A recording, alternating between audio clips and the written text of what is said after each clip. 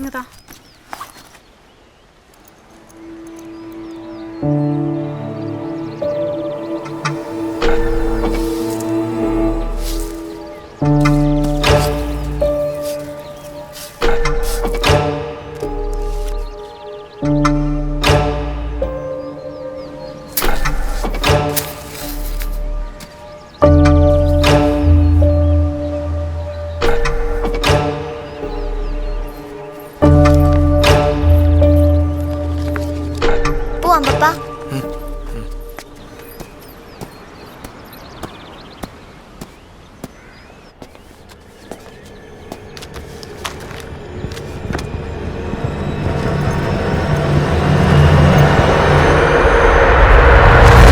ഇവിടെ ഫ്രെഡി എന്ന് പറഞ്ഞ ആരെങ്കിലും പരിചയമുണ്ടോ?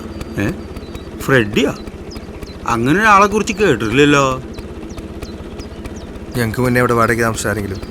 അവിടെ ഇതുവരെ ആരും വാടകയ്ക്ക് താമസിച്ചിട്ടില്ല. സാറാണ് ആദ്യമായിട്ട് വരുന്നത്. തോമാസ് സാറ് വീട് താമസം കഴിഞ്ഞതിന് ശേഷം അങ്ങോട്ട് മാറി. സാറേ സാറേ ഇത്തിരി തേൻ മിഠായി എടുത്താലോ? പിള്ളേർക്ക് ഇഷ്ടാവും. പിള്ളേർക്ക് ഇഷ്ടമല്ല.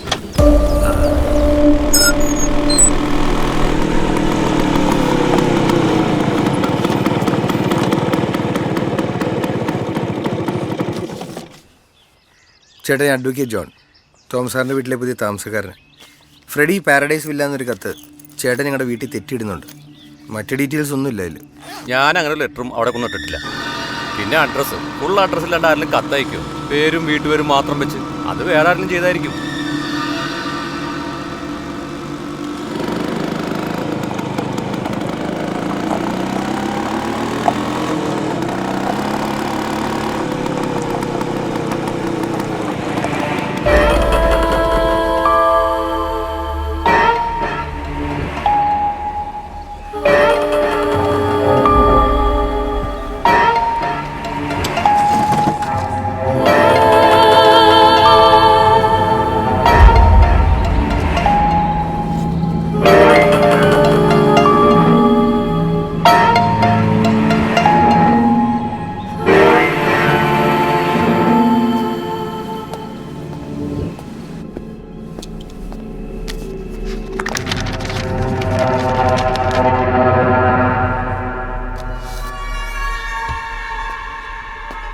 പപ്പ,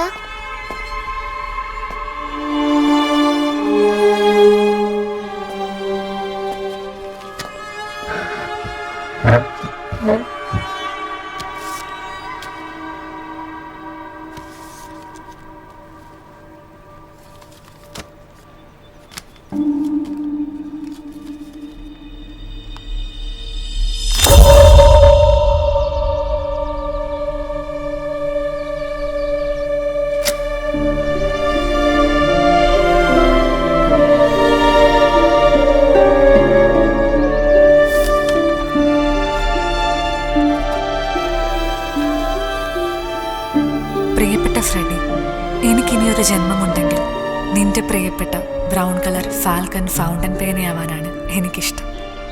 നിന്നോട് തൊട്ടുരുമി നിന്റെ നെഞ്ചിൽ ഈ ലോകത്തെ നോക്കി ഞാൻ എളിഞ്ഞിരിക്കും. പിന്നെ നമ്മുടെ സ്വർഗത്തിലെ അതിഥികളെ ഞാൻ നീ വരുമ്പോൾ പരിചയപ്പെടുത്തി തരാം. ഉറക്കമില്ലാതെ നിന്നെ കാത്തിരിക്കുന്ന പല രാത്രികളിലും ഞാൻ അവരെ കേട്ടിരിക്കും. എന്നാലും ഒന്ന് പറയട്ടെ, ഈ കടൽ നിന്നിലേക്ക് തന്നെ ഒഴുകിക്കൊണ്ടിരിക്കും, കൂടുതൽ ഭ്രാന്തമായി, കൂടുതൽ ആവേശത്തിൽ. എന്നാണ് നീ എന്നെ കാണാൻ വരുന്നത്? ഇന്നലെ അവളുടെ ജന്മദിനമായിരുന്നു. അതാരും അറിയാതെ പോയത് എന്നെ അസ്വസ്ഥയാക്കുന്നുണ്ട്. പാവം, ഒറ്റയ്ക്ക് അവൾ ആശംസകൾ സ്വയം നേർന്നു, കണ്ണാടി നോക്കിക്കൊണ്ട്. പ്രിയനെ, നീ കൂടി വന്നു കഴിഞ്ഞാൽ നമുക്കൊരുമിച്ച് അവരെ കേട്ടുകൊണ്ട് ഇവിടെ ഇരിക്കാം. നമ്മൾ ഒന്നിച്ചുണ്ടായിരുന്ന ഒരു ജന്മദിനം ഞാൻ ഓർത്തുപോയി. അന്ന് നീ എനിക്ക് സമ്മാനിച്ചത് എന്നെക്കുറിച്ച് നീ എഴുതിയ ഡയറിക്കുറിപ്പുകളായിരുന്നു. അന്നും എന്നത്തെയും പോലെ ഞാൻ തന്നെയായിരുന്നു വാതോരാതെ സംസാരിച്ചു കൊണ്ടിരുന്നത്, അല്ലേ?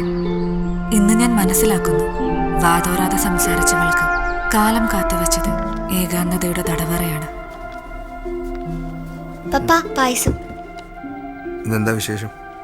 മമ്മിയുടെ ബർത്ത്ഡേ ആയിരുന്നു ഇന്നലെ. എല്ലാവരും മറന്നുപോയി. ഓർത്തപ്പ മമ്മി ഉണ്ടാക്കിയതാ.